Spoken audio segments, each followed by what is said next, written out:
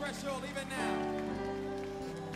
The struggle is over, the struggle is over. The struggle is over, no more fighting. It's over, it's over, it's over, it's over, it's over. Hallelujah. Glory to the Lamb of God.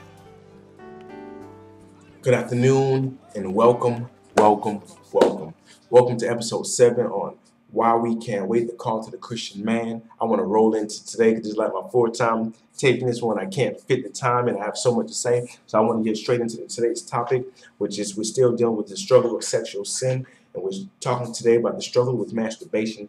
And I want to go straight into it. We're still dealing with the same chapter of Romans 7, verse 15 through 20. So definitely read up. If you haven't seen last week's episode, go check out last week's episode. But I'm going to go straight into it.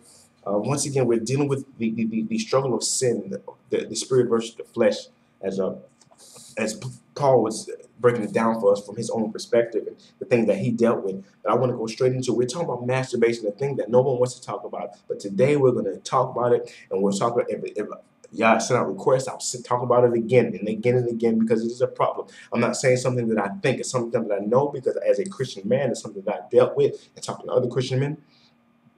It's something that they dealt with. But a lot of people don't see it as masturbation as a problem because, especially those that are trying to leave fornication and premarital sex, they're trying to leave this alone, so they feel that masturbation is a suitable substitute. We only think that, it is my belief that we only think that because the enemy has planted that seed into us. I believe that masturbation is a seed that leads us right back down the road to fornication. I say this not because it's something I think, it's something that I know because I have dealt with it. I found that the enemy had found me in a place where I had decided that the conviction from my fornication had become so loud, so hard, so tearing at my heart and my gut that I decided I couldn't do it anymore. I couldn't continue to try to be living righteous, but it hurt my righteous God so much. So I decided I was going to give it up, and I was set. And then here comes the enemy presenting to me what I thought was a suitable substitute, which was masturbation. Until I got to the point to where I was no longer just masturbating when it was a desire for sex. But I had spent so much time with this seed that is masturbation that it became a habit rather. It became such a habit that I would do it when I was bored. I would do it when I couldn't think of anything else to do. I would do it when I couldn't sleep. When it had nothing to do with I couldn't sleep, I would do it just before I went to bed. I would just continuously dabble in this seed that is called masturbation. And as Juanita Bottom said in her book, No More Sheets, check it out. She said that sin is the bait that Satan uses to master you. And I found myself here in a place where Satan had mastered my mind to the fact to where that I was masturbating involuntary. And it became such a weight on me that it became such a everyday thing to me rather than a weight. It became such an everyday thing to me that it no longer satisfied or calmed my desire to where masturbation was enough. And in her book, she goes, when you reach an orgasm from the realm of imagination, you have traveled into the spirit realm for that climax.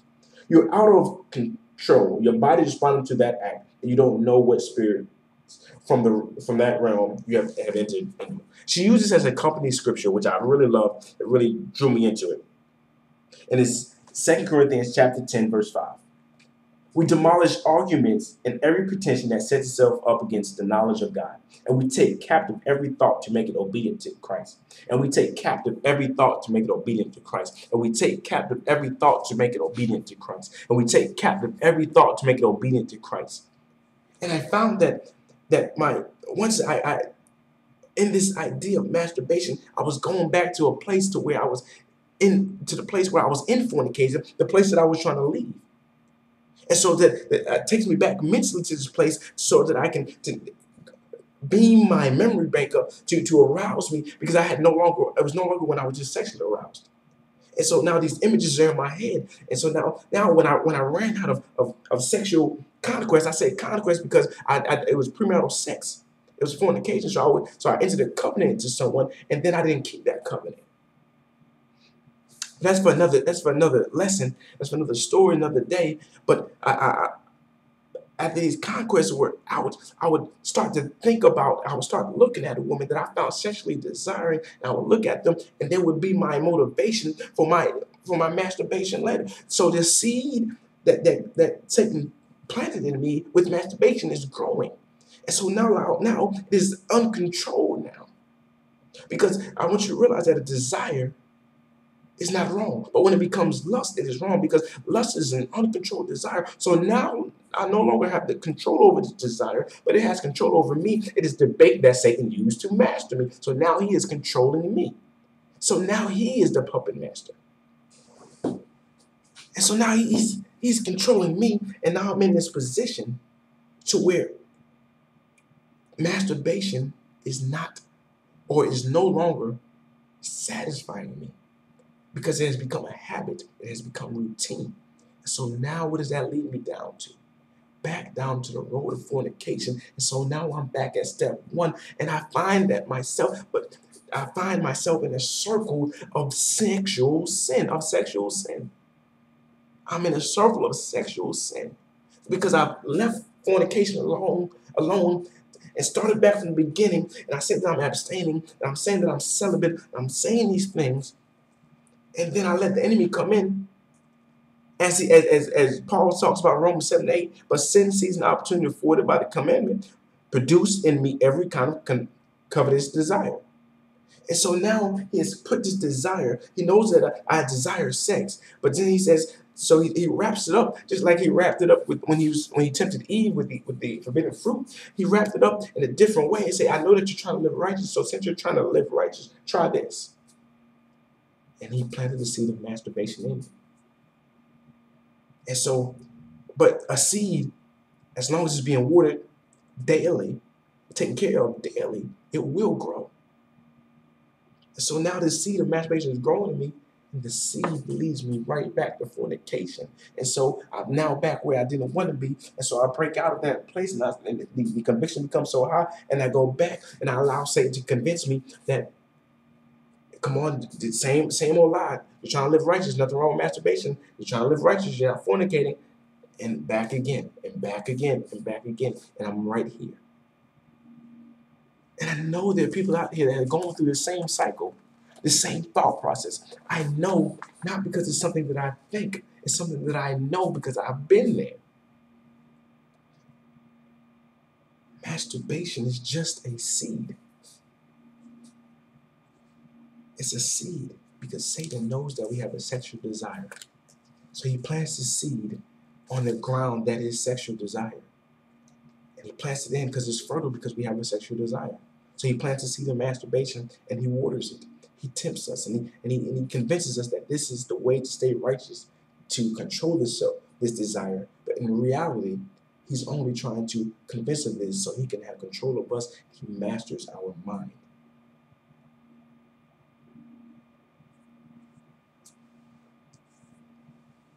We don't have to talk about this though, because we don't find anywhere in the Bible where masturbation is wrong.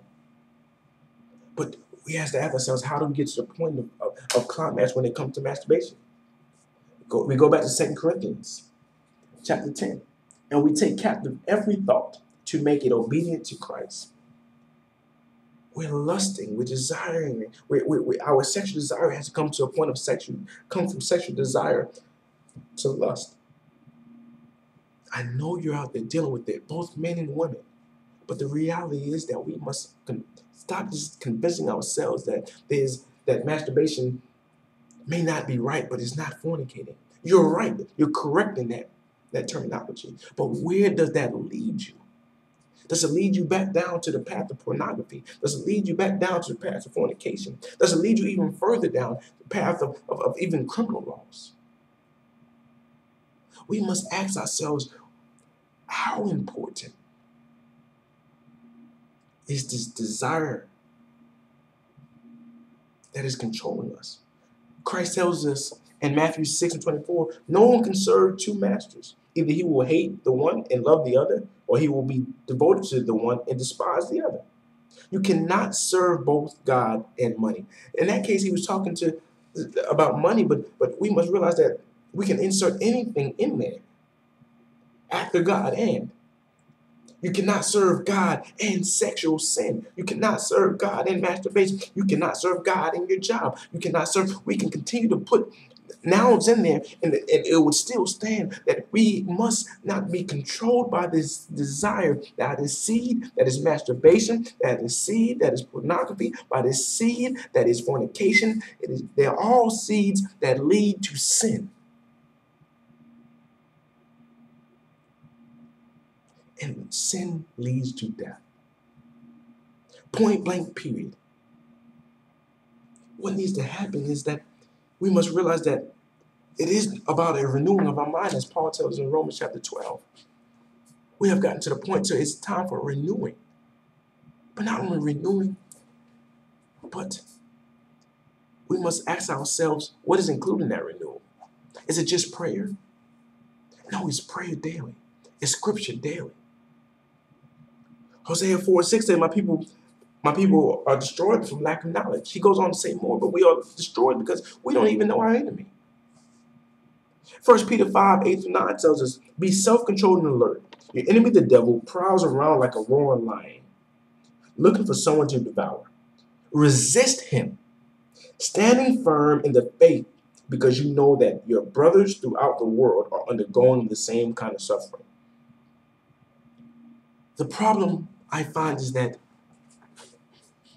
we deny the fact that masturbation is a problem because we think we're on our own with this problem. We deny that masturbation leads us to fornication, which we know no one argues that that is a sin, or that is not a sin. So we know that's a sin. So anything that's going to lead us down the road to sin, why would we even dabble in that? We're supposed to be made new. We must renew our minds and bodies and spirits every day. It must be a daily renewal. It must be a recharge. Masturbation is just a seed. The purpose of bait is to catch something that you're chasing. Satan uses masturbation as bait because he's trying to catch us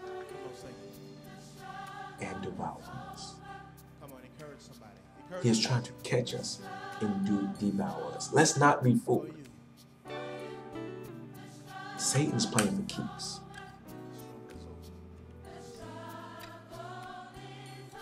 Are we? Satan is playing for keeps. Are we? We can't be, because we're denying even the idea that masturbation is a problem. We must talk about it. We must encourage our fellow man, our fellow brothers and sisters, and allow them to see that they're not the only ones. That is the purpose of our testimony. That is the purpose of this video, is to realize, to let you know that you are not the only one. Peter says it plain and clear. Resist him, standing firm in the faith, because you know that your brothers throughout the world are undergoing the same kind of suffering. So be strong, be faithful, and stand firm, and knowing that not only are we going through the same thing, we are praying with you. I love you. God bless. And remember, never let your independence rob you from your dependency on God. Be blessed. Have a great week. You've been to this place, come on. Do y'all believe that today?